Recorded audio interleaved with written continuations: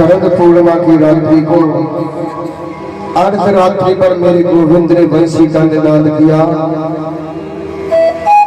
ब्रज 84 कोस की गोपियों के श्रवणों में जब बंसी की ध्वनि गई, जो गोपी जिस हाल में थी उसी हाल में बंसी की ध्वनि सुनकर के श्री कृष्ण से मिलने के लिए दौड़ पड़ती है।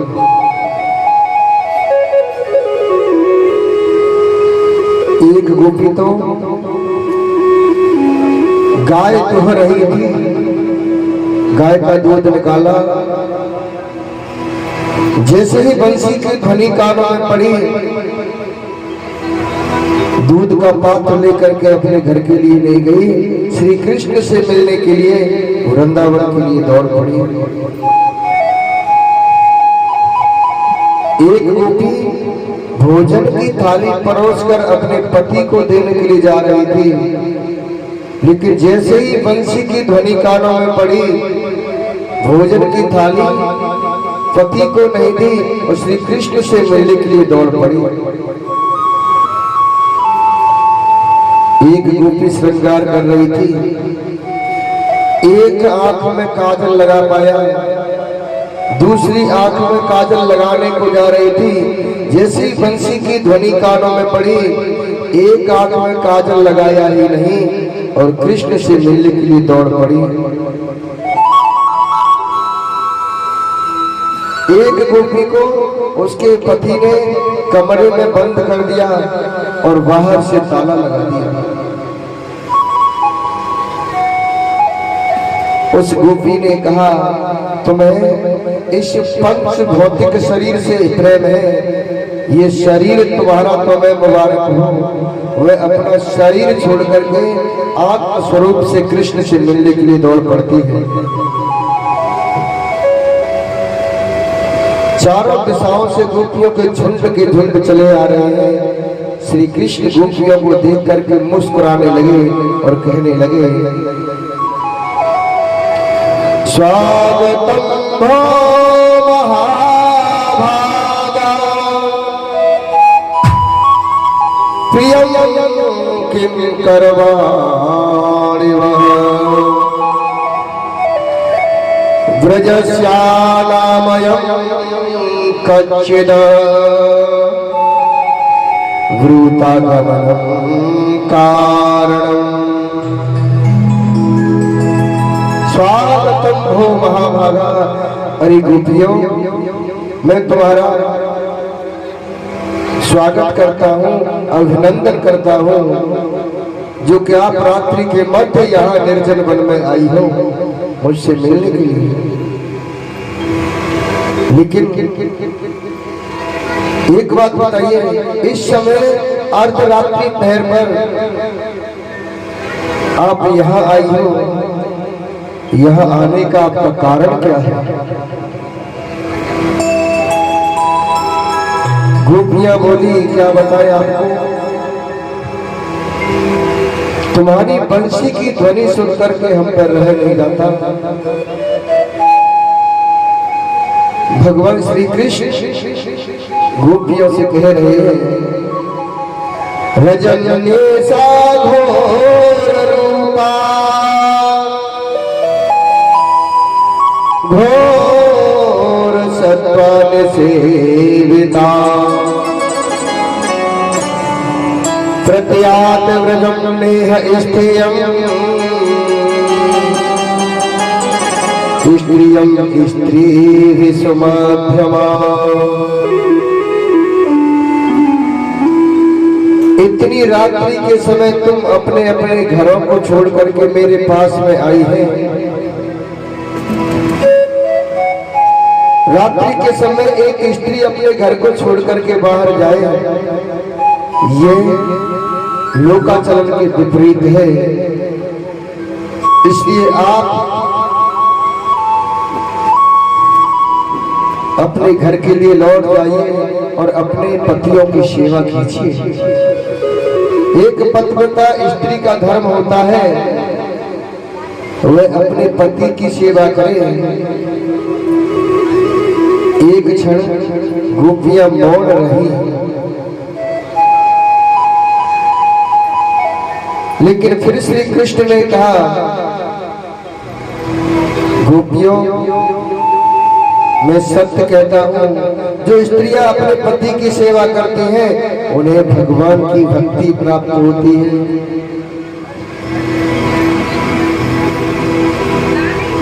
परीक्षित कहने लगे, गुरुदेव, जब गोपियों का श्री कृष्ण के प्रति इतना अनुराग था, इतना प्रेम था, तो फिर प्रभु श्री कृष्ण गोपियों को घर पर क्यों भेजने के लिए कह रहे हैं?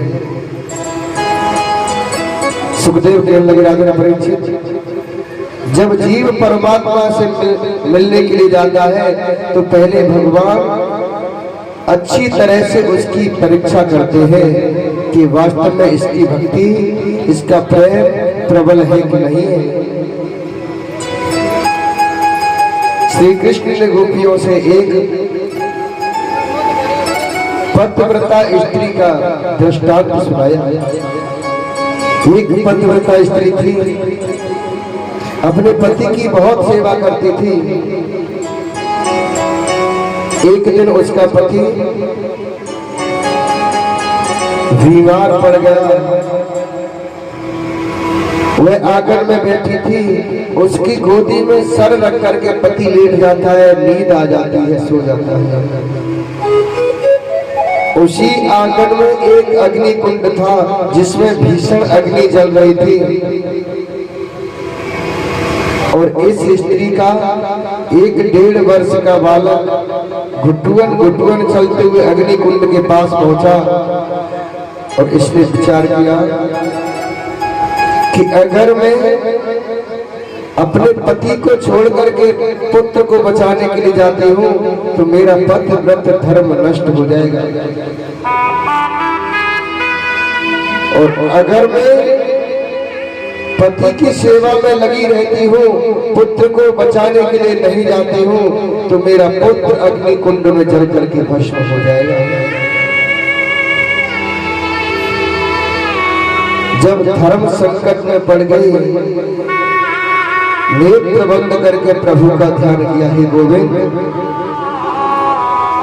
अगर मैंने मन वचन कर्म से सच्चे मन से पति की सेवा की हो तो मेरे पुत्र की रक्षा करना। 20 मिनट बाद जब उसके नेत्र खुले तो देखा वही उसका बालक अग्नि कुंड में गिर चुका था। अग्नि पतिव्रत धर्म के तेज से इतनी शीतल हो गई कि वह उस अग्नि कुंड में किलोर कर रहा है। तो भगवान श्री कृष्ण कहने लगे गोपियों से, पतिव्रता स्त्रियों के अंदर वो शक्ति होती है कि अग्नि भी ठंडी हो जाती है, इसलिए आप घर पर जाइए, अपने अपने पतियों की सेवा कीजिए। गोपियों ने कहा कि प्रभु ऐसे ऐसे 2-4 उदाहरण तो हम भी जानते हैं। गोपियों ने भी एक दृष्टांत मेरे गोविंद को सुनाया और कहा,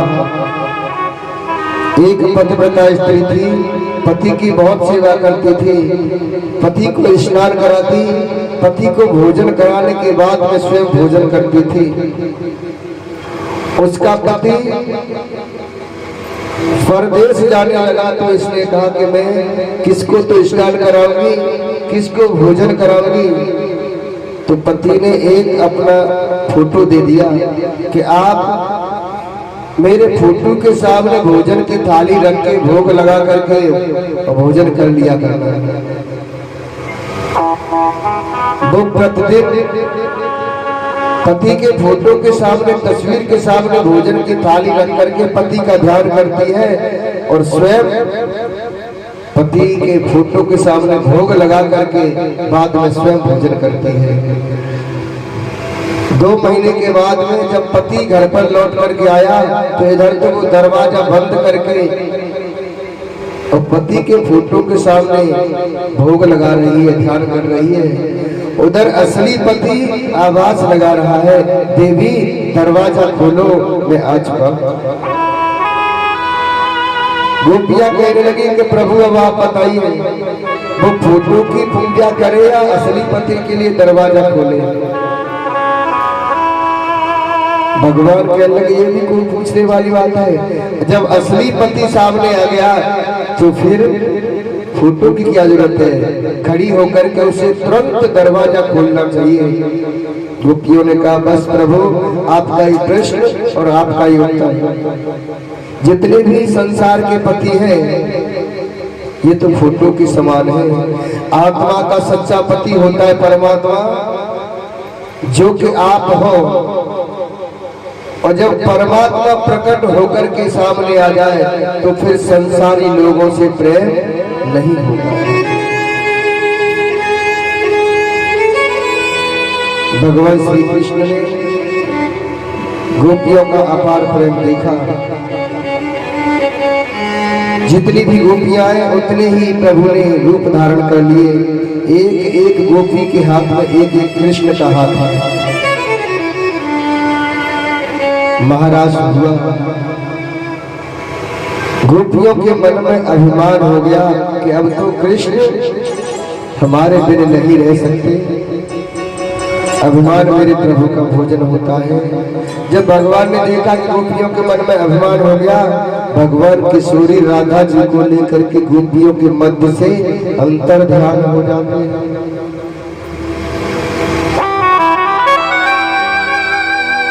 अब तो सभी गोपियां विलख रही है, रो रही है।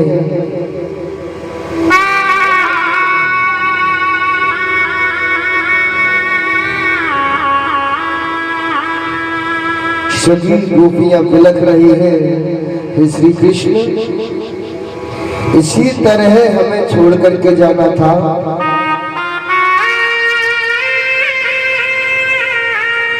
तो क्यों बंसी बजा करके रात्रि के समय हमें निर्जन वन में बुलाया? क्यों हमारे साथ रास किया? क्यों हमसे आपने प्रेम किया?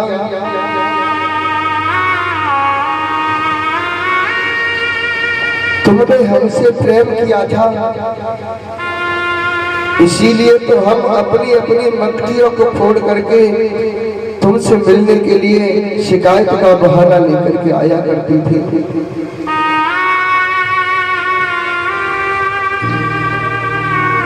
आप ये समझ रहे होंगे कि हम तुम्हारे बिन जी सकती हैं। हे कृष्ण तुम्हारे बिन हम एक पल भी नहीं रह सकते। इधर तो गोपियां बिलख रही हैं। किशोरी राधा जी को लेकर के श्री कृष्ण आगे पहुंचे और किशोरी राधा जी ने विचार किया, अगर मैं श्री कृष्ण प्रभु से अलग नहीं जाऊंगी तो गोपियों को प्रभु का दर्शन नहीं होगा। इसलिए किशोरी राधा जी ने कहा, हे प्रभु कितनी दूर और जाओगे, अब मैं थक चुकी हूँ, मुझसे चला नहीं जाता। तो आज मेरे प्रभु श्री कृष्ण धरती पर बैठ गए और कहा कि आइए आप मेरे कंधे पर बैठ गए। जैसे ही किशोरी राधा जी बैठने को ही मेरे प्रभु वहां से भी अंतर ध्यान हो गए।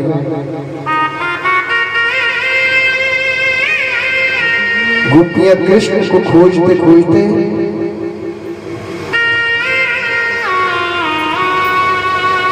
वृंदावन में पहुंची। पीपल के वृक्ष से कहा, हे पीपल देव,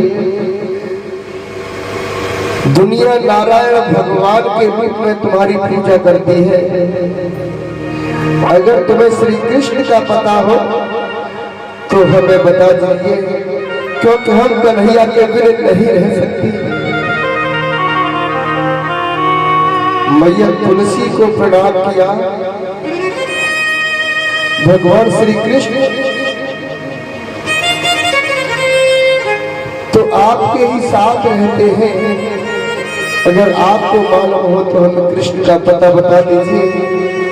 लता पताओं से बिलखती है, पूछती है, लेकिन कहीं से भी कोई आवाज नहीं आती।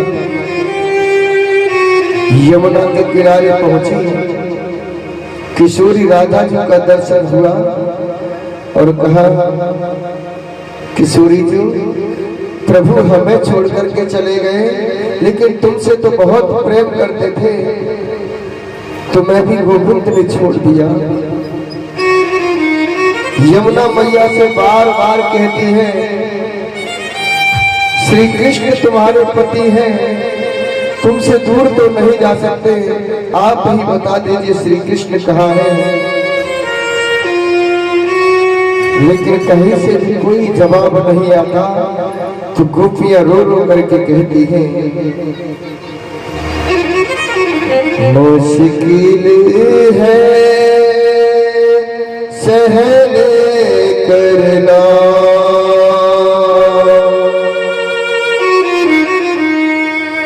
ये दर्द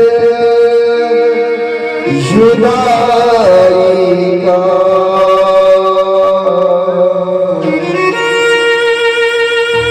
मुझे कुछ तो बता प्यारे, कबर रुसवाई का, मुश्किल है सहन करना, ये दर्द जुदाई का, मुझे कुछ तो बता प्यारे, कबर रुसवाई का।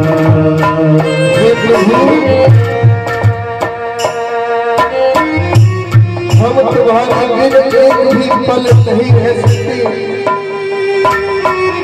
अगर आप दर्शन नहीं दोगे, हम यमुना में डूब करके प्राणांत कर लेंगे, लेकिन तुम्हारे दर्शन किए बिना घर वापस नहीं जाएंगे। एक बार हमारे सामने आ जाओ श्याम, झूठे तेरे वादों पे एतबार किया हमने, झूठे तेरे वादों पे एतबार किया हमने,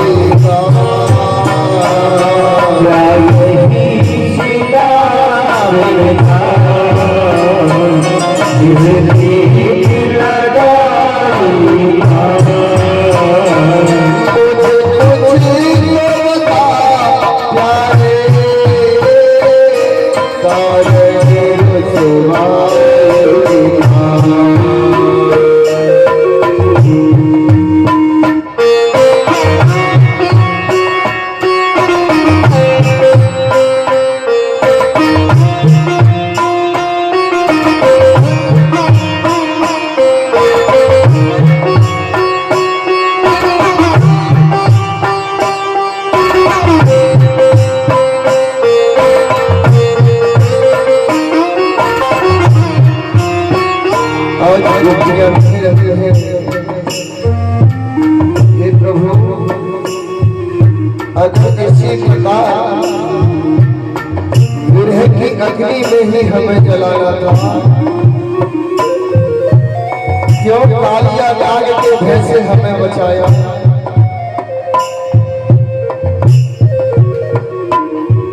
श्री कृष्ण, तुम नहीं जानते कि हम वो प्रेम की बहनी है, मर जाएगी लेकिन तुम्हारे बिन दर्शन किए हुए घर के लिए वापस नहीं जाएगी। तो कोई मिल जाता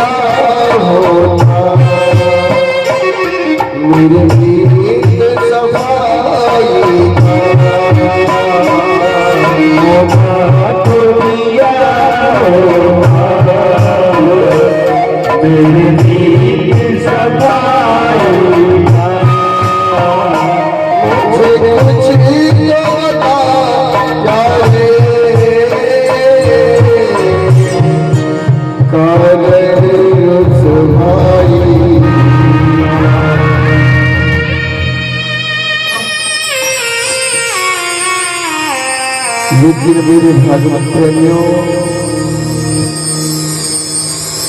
गोपियों को बिलखते बिलखते बहुत समय हो गया।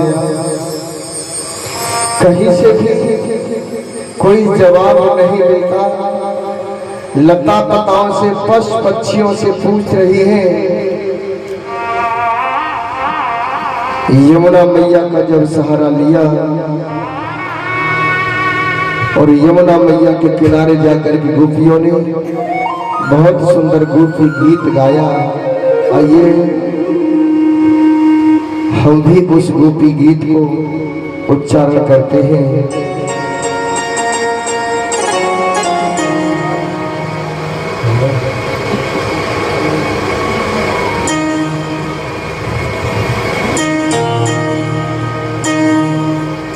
जयति तेधिकम्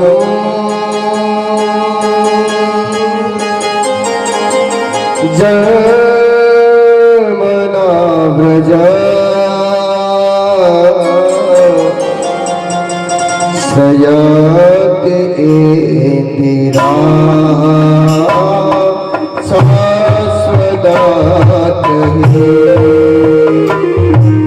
जयति तेधिकम् जन्मना व्रज जयति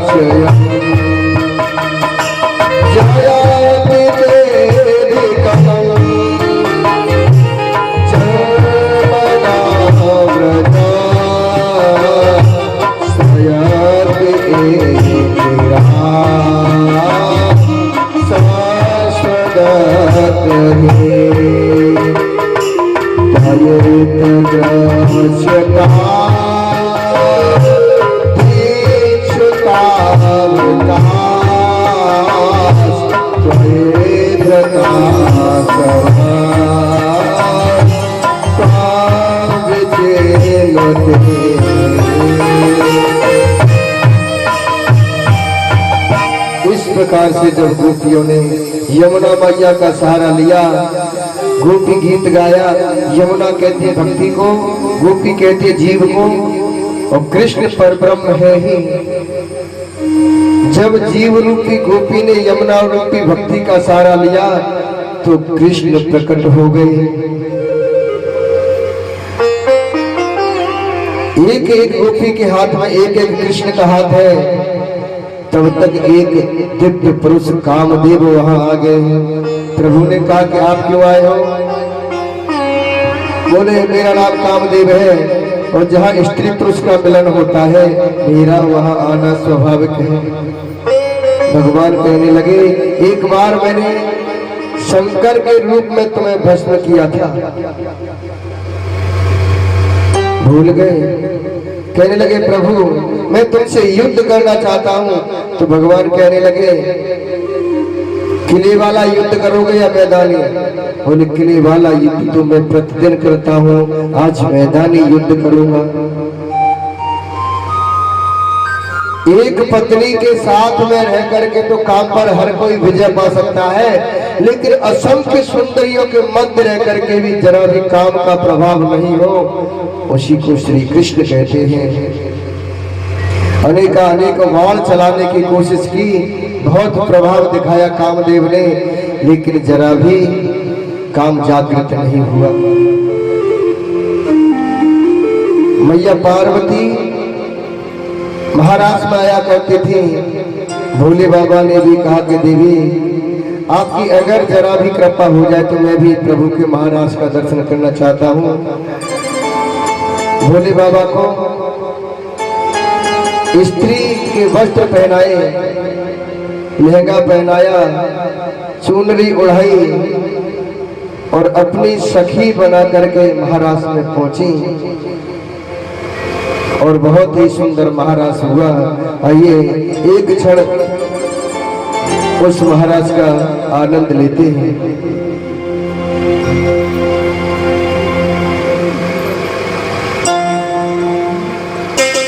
रास रचो है, रास रचो है, जमुना किनारे सखी रास रचो है, रास रचो है, रास रचो है, यमुना किनारे रास रचो है, ओ रास रचो है, रास रचो है, जमुना किनारे सखी रास रचो है, रास रचो है, रास रचो है, यमुना किनारे रास रचो है।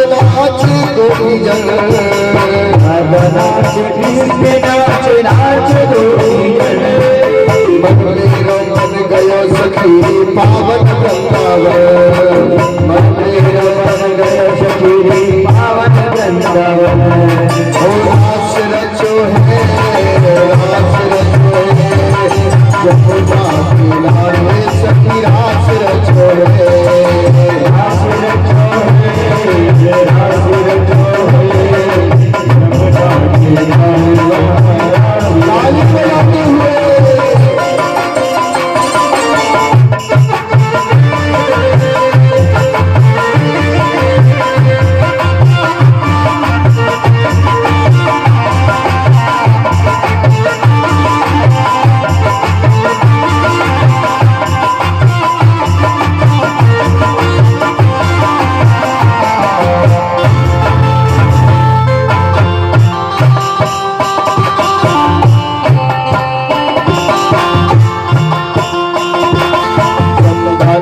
सूरज नाच नाच तारक, चंदा नाच सूरज नाच नाच